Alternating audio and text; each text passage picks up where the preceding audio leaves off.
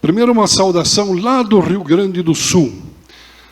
Nós passamos alguns dias, Alzira e eu, junto ao nosso seminário em Esteio, lugares que a irmã Delta conhece muito bem lá, e Altildes também.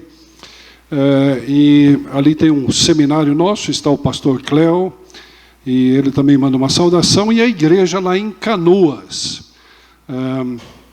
Nós fomos de carro para lá, não fomos de canoa, mas tem ali, Guaíba, lugares bonitos ali por perto, e temos algumas igrejas naquela região. E uma igreja lá fez o que quase nunca se faz hoje, né, pastor Léo? Mandar saudação de uma igreja para outra, né? Mas mandaram uma saudação, e eu prometi entregar, então eu estou entregando essa saudação dos irmãos lá, aceitem isso. Inclusive, se vocês quiserem, domingo que vem a gente vai estar na Tailândia, no outro domingo no Japão e no outro na Indonésia. Querem mandar uma saudação para os irmãos do outro lugar do mundo? Amém? Ótimo, olha aí. Então tá bom, já está anunciado isso também. Nós estamos numa caminhada de um upgrade espiritual. Mensagens de renovação em Malaquias. E nós temos um texto hoje para seguirmos, que é Malaquias 2, 1 a 9. Então nós vamos ver aqui se eu consigo mexer nisso aqui.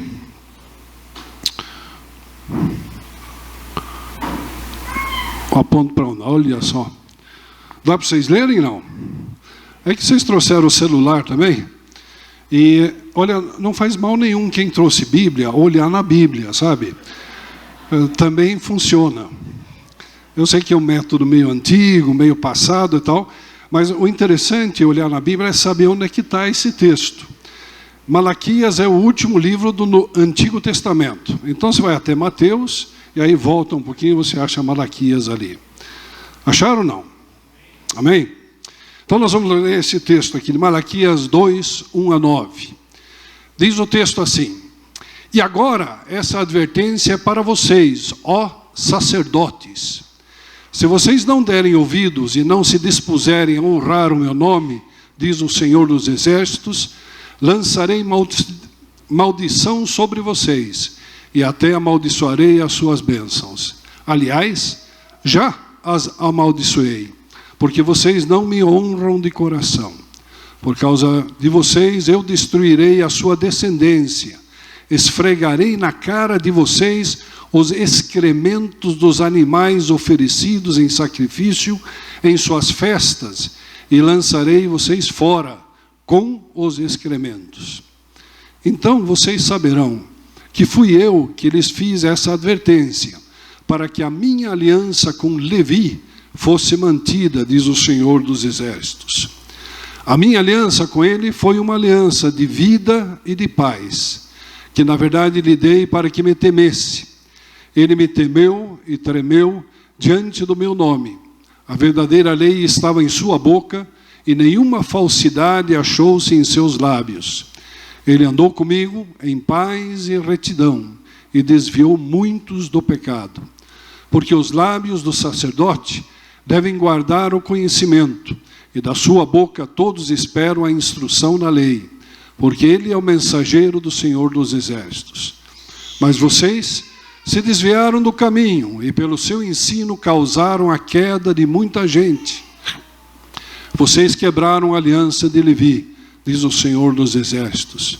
Por isso, eu fiz que fossem desprezados e humilhados diante de todo o povo, porque vocês não seguem os meus caminhos, mas são parciais quando ensinam a lei. Texto forte, não? Não fui eu que escolhi o texto, mas já está ali. É um texto onde Deus mostra seriedade em relação à sua aliança. A aliança que ele fez com Davi e a aliança que ele fez com Levi. E nós vamos falar um pouquinho sobre isso. Um texto que até tem expressões que nos assustam um pouco, na verdade, mas que mostram que esse Deus leva a sério o seu relacionamento conosco, com os seus servos. Um pouco do contexto histórico. Eu acho que já deve ter sido dito durante os domingos passados aqui, mas só relembrando um pouquinho.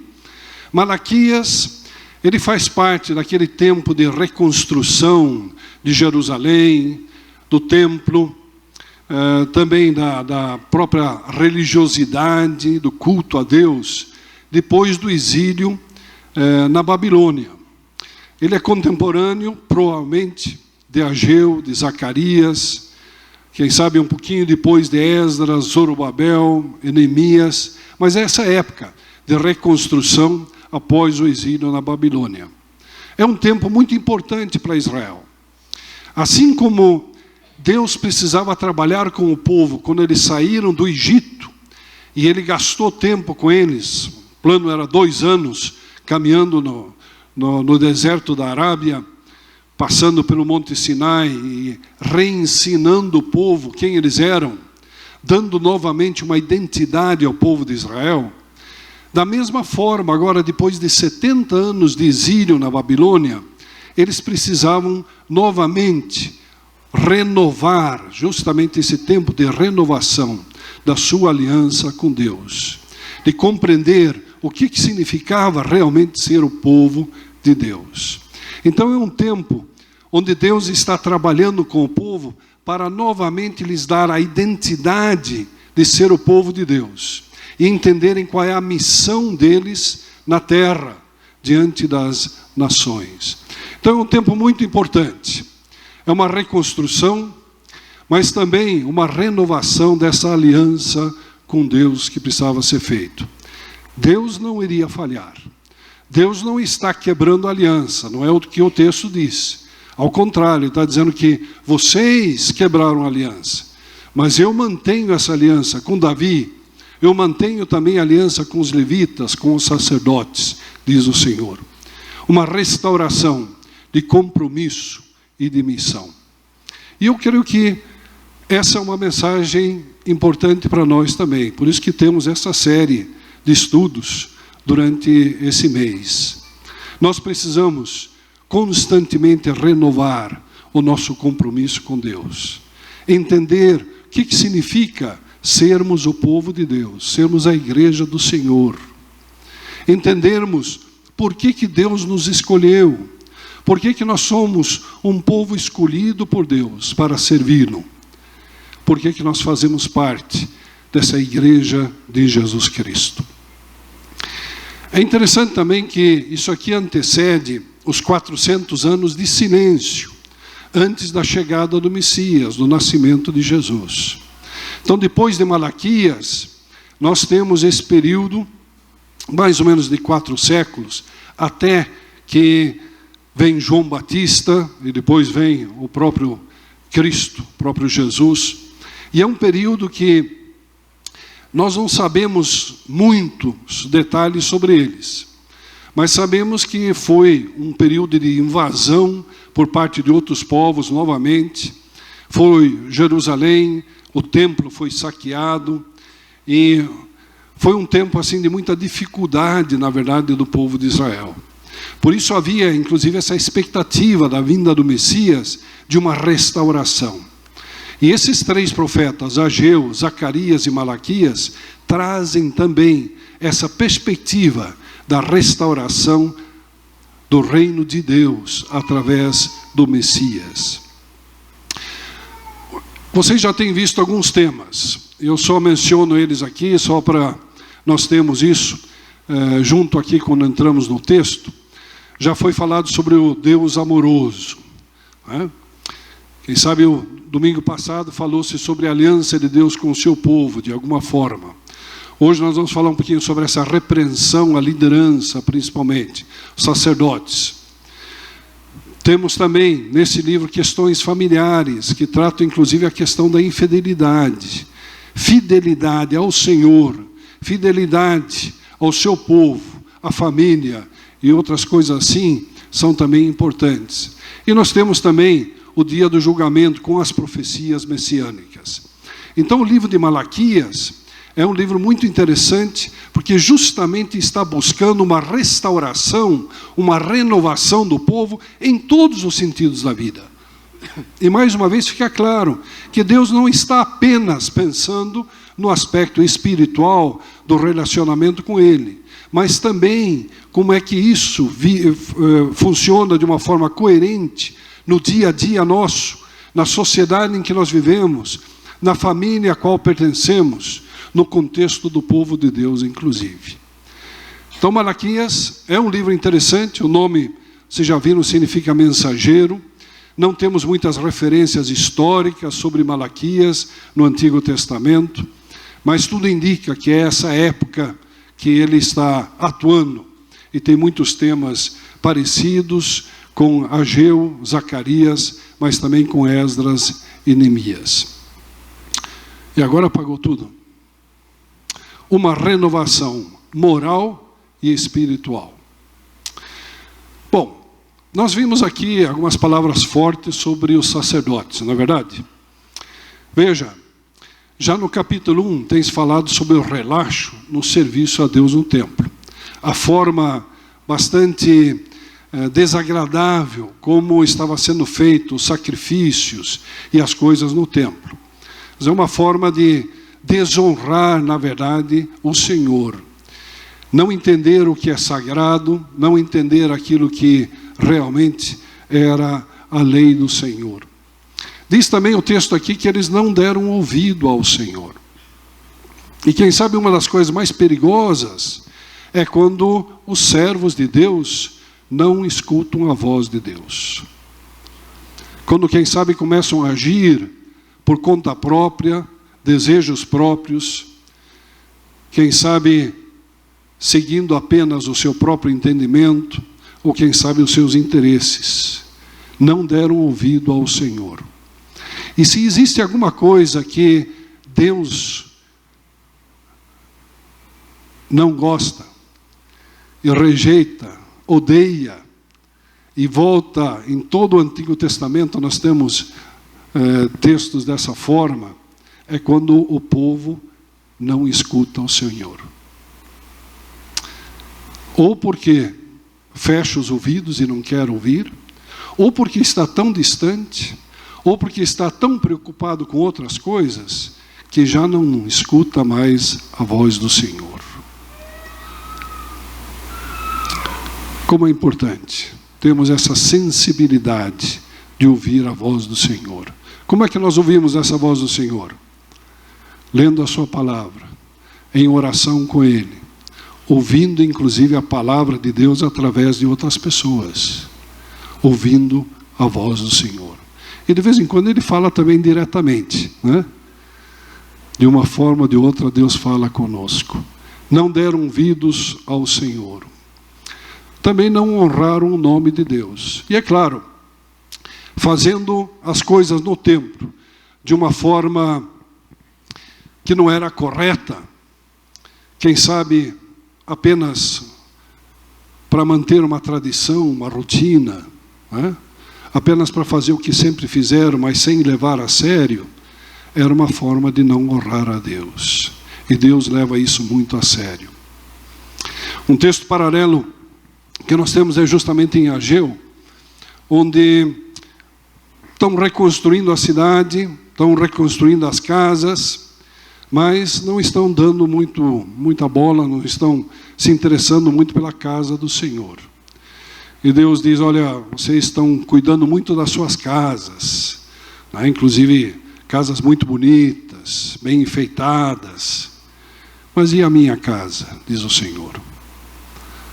Vocês têm alguma preocupação sobre ela? E aí há um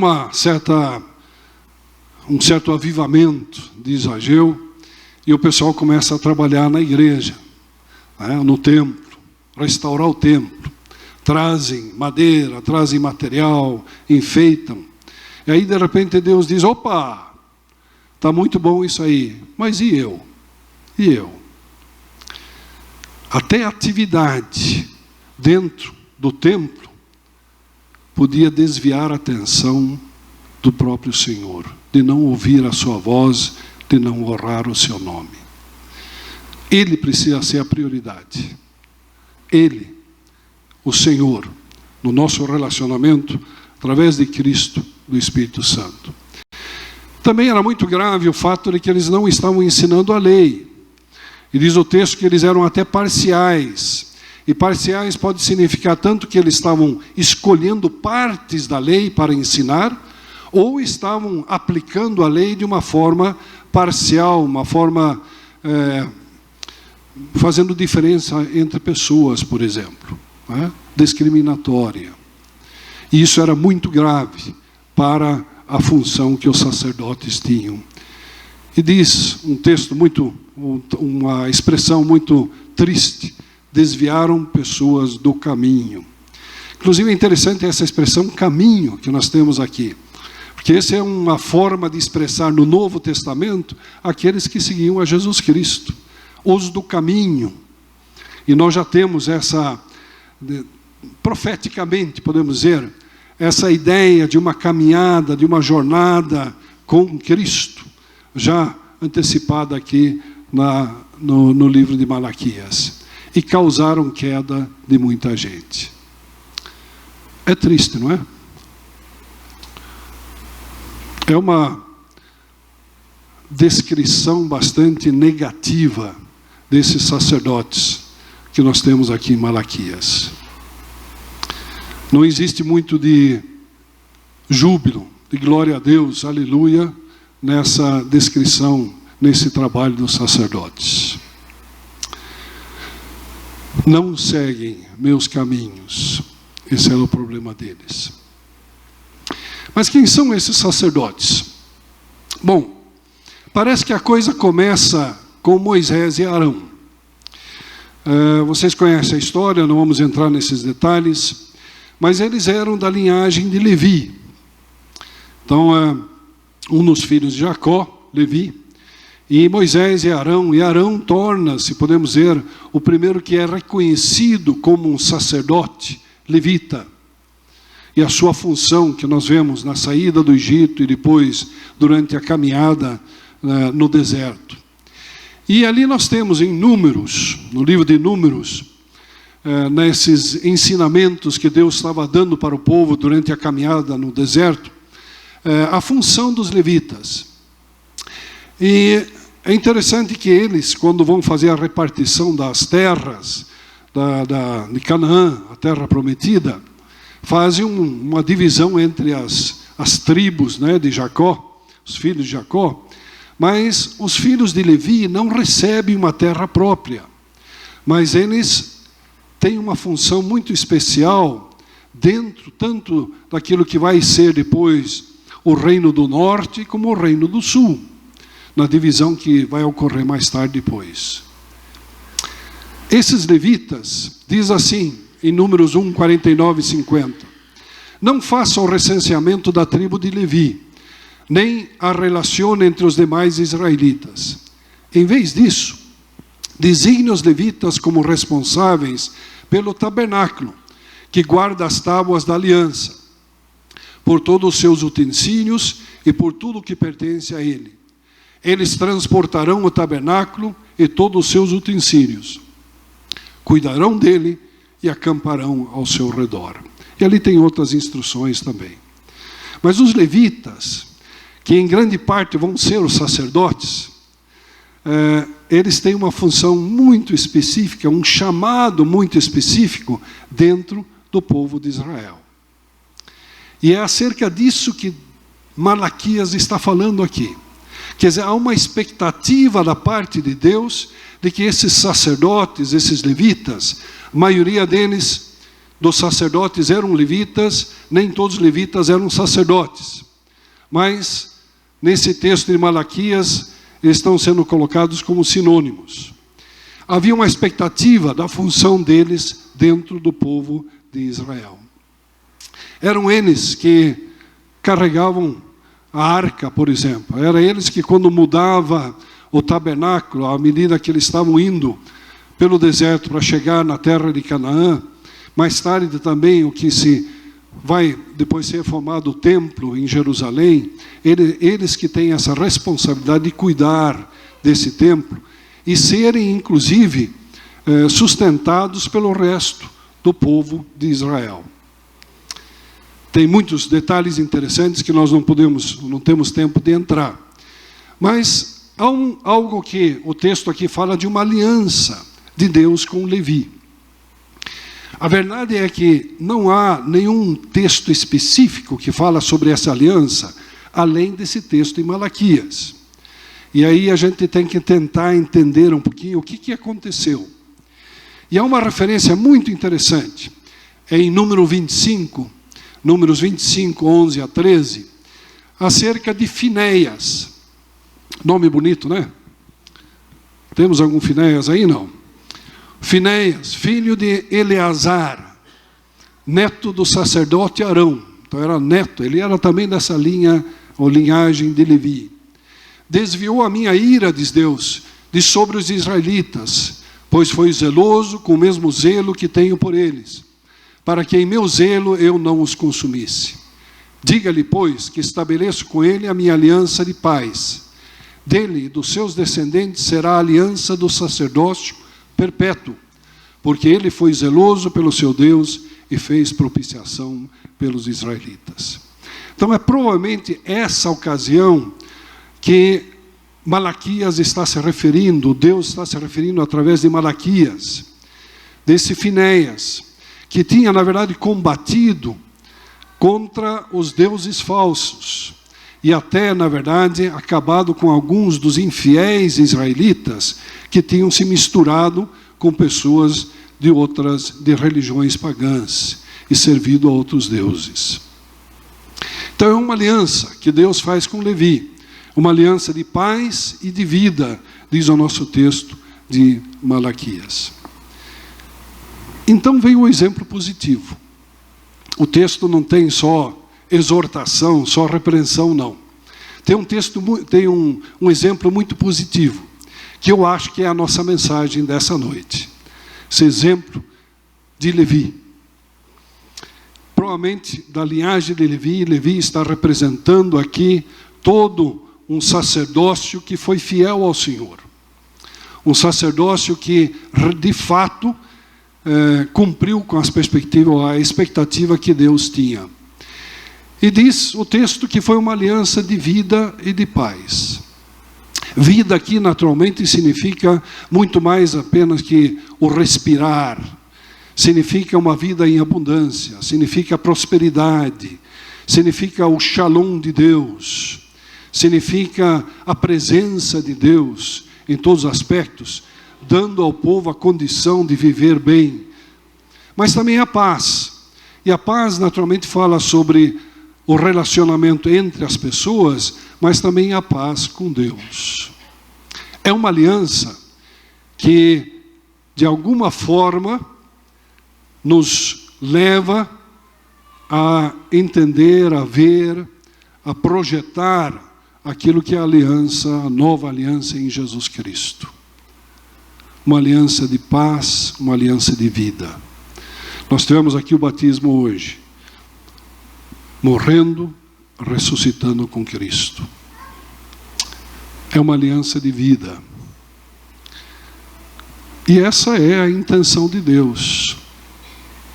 Essa é a aliança que Deus fez com Abraão, que ele fez com Noé, antes de Abraão com Noé, com Abraão, que ele fez com Davi,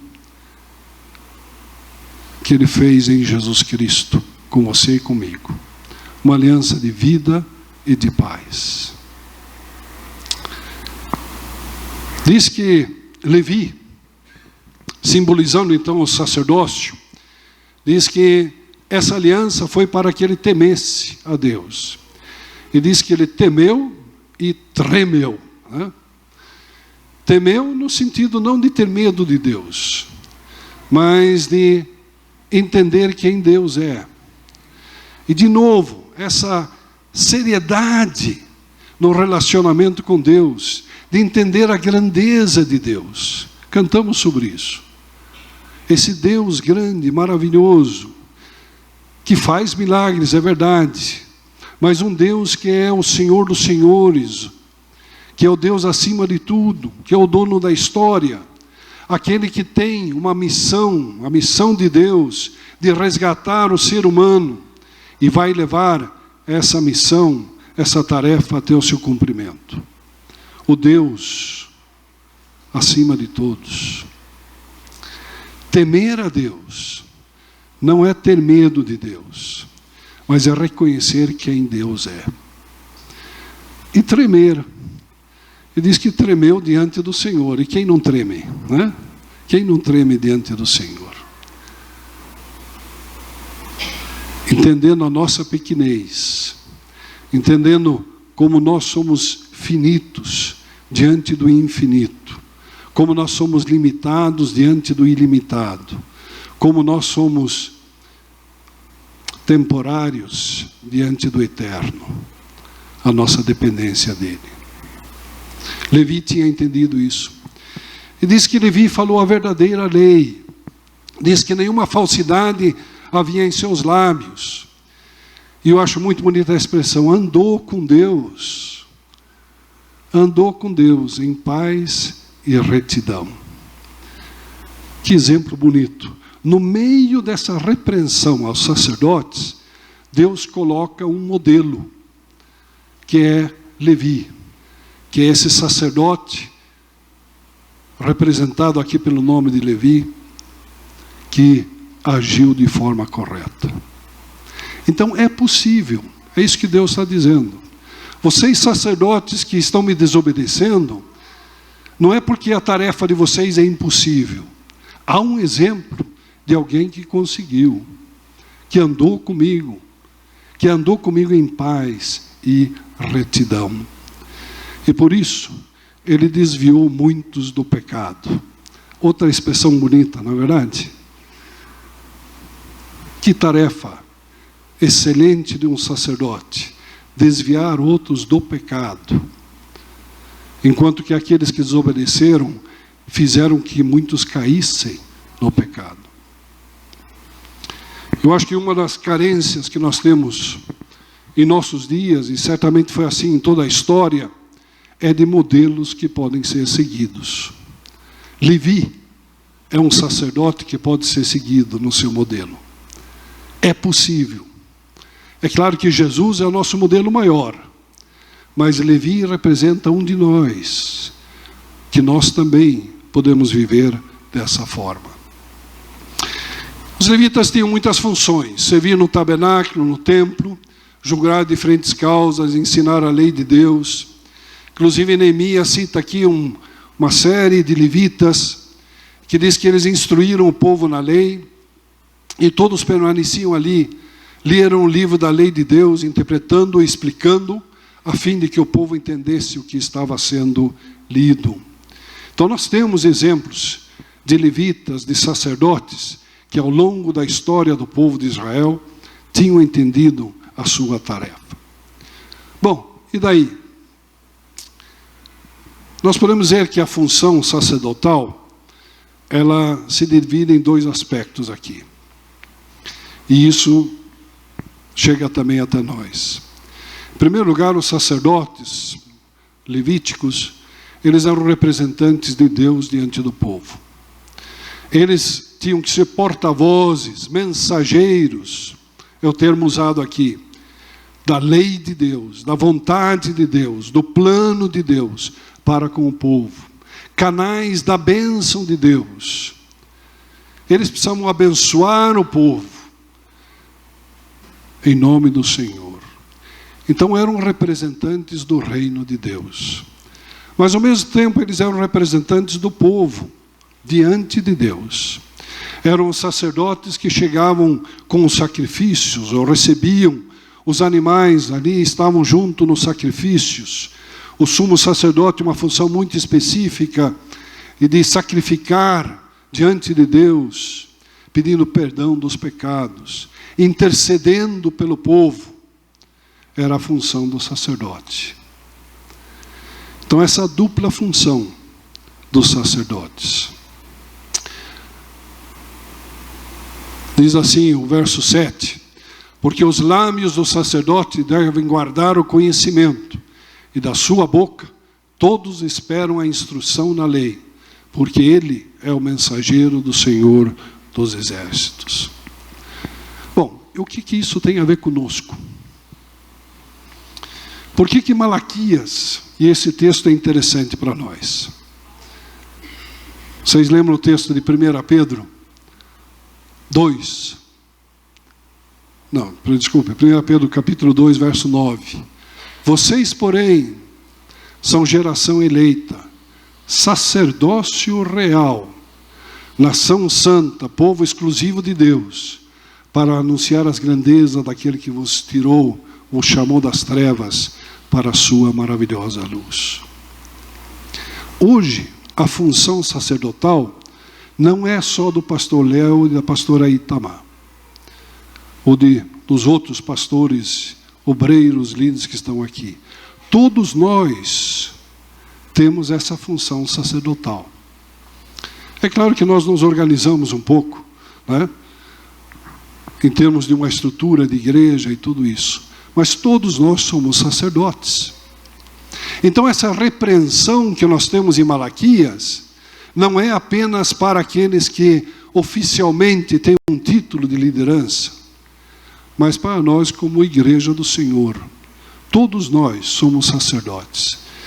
Essas palavras de Pedro dirigidas às igrejas, já no primeiro século, igrejas que estavam muitas vezes até sofrendo perseguição, dificuldades, mas que continuavam sendo uma geração eleita por Deus, um povo eleito por Deus, uma nação que se exigia a santidade, a entrega ao Senhor, um povo exclusivo de Deus, que também era um sacerdócio do reino. E aqui que entra a nossa função, a nossa tarefa, a nossa responsabilidade e o nosso privilégio de sermos representantes de Deus. Quais seriam algumas aplicações, então, diretas desse texto para nós hoje à noite? Em primeiro lugar, naturalmente, nós temos a responsabilidade da liderança.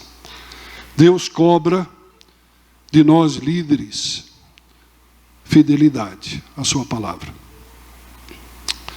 Fidelidade à vocação, ao chamado, tarefa, fidelidade à igreja. E quando nós somos consagrados ao ministério, nós prometemos isso e queremos cumpri-lo. Nem sempre é o que nós vemos em nossos dias. Tem muita coisa sendo pregada por aí, tem muita liderança que tem se desviado do Senhor. Quem sabe até falam em alto bom som, quem sabe usam palavras grandes na sua boca, quem sabe se orgulham dos títulos, quem sabe até fazem uns milagres de vez em quando.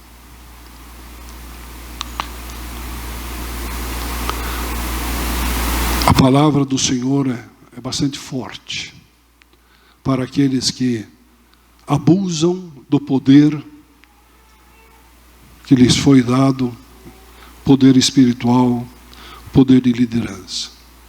Então nós, como líderes, naturalmente, temos que renovar o nosso compromisso com o Senhor constantemente.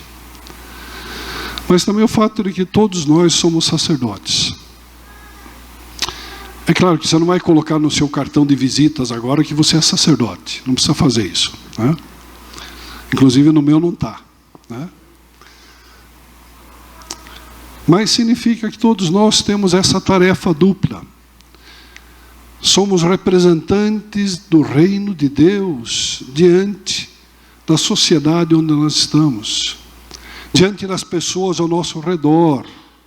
Nós representamos o reino, um reino eterno, um reino que tem valores enormes de moralidade, de ética, valores de justiça social, valores de igualdade entre as pessoas,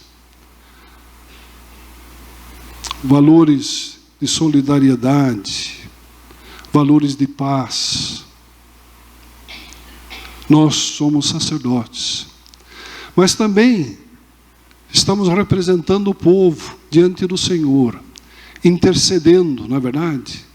Intercedendo por nossos familiares, intercedendo por nossos vizinhos, por aqueles que ainda não conseguiram, não ouviram ainda falar de Jesus Cristo, intercedendo uns pelos outros, diante do Senhor. Então não somos sacerdotes apenas para receber, mas também para dar. Na verdade, devemos ser mais canais do que apenas receptores da bênção do Senhor. Também é interessante notar aqui, e eu acho que isso é uma lição muito importante desse texto, e eu diria de todo esse contexto de Malaquias: a nossa atuação terá efeitos, positivos ou negativos.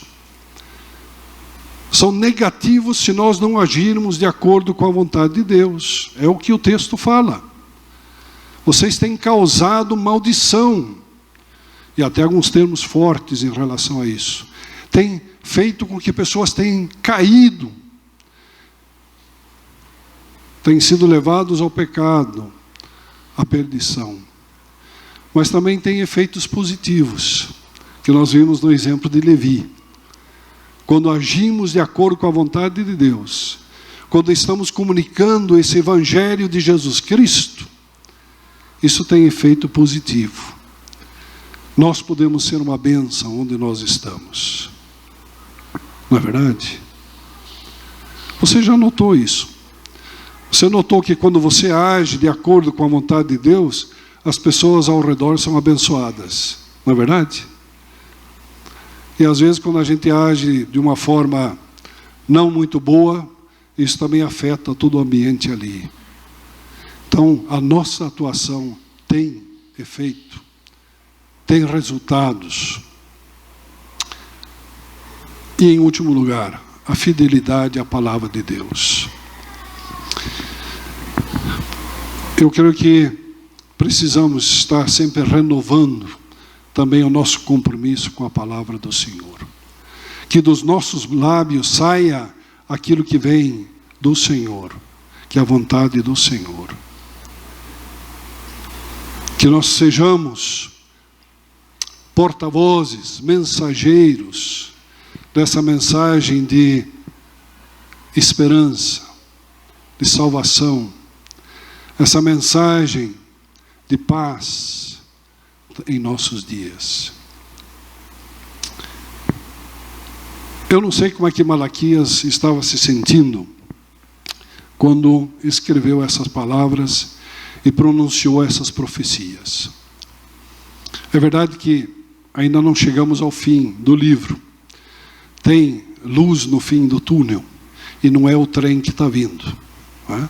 Mas é uma saída honrosa de tudo. Há uma flecha apontando para Cristo.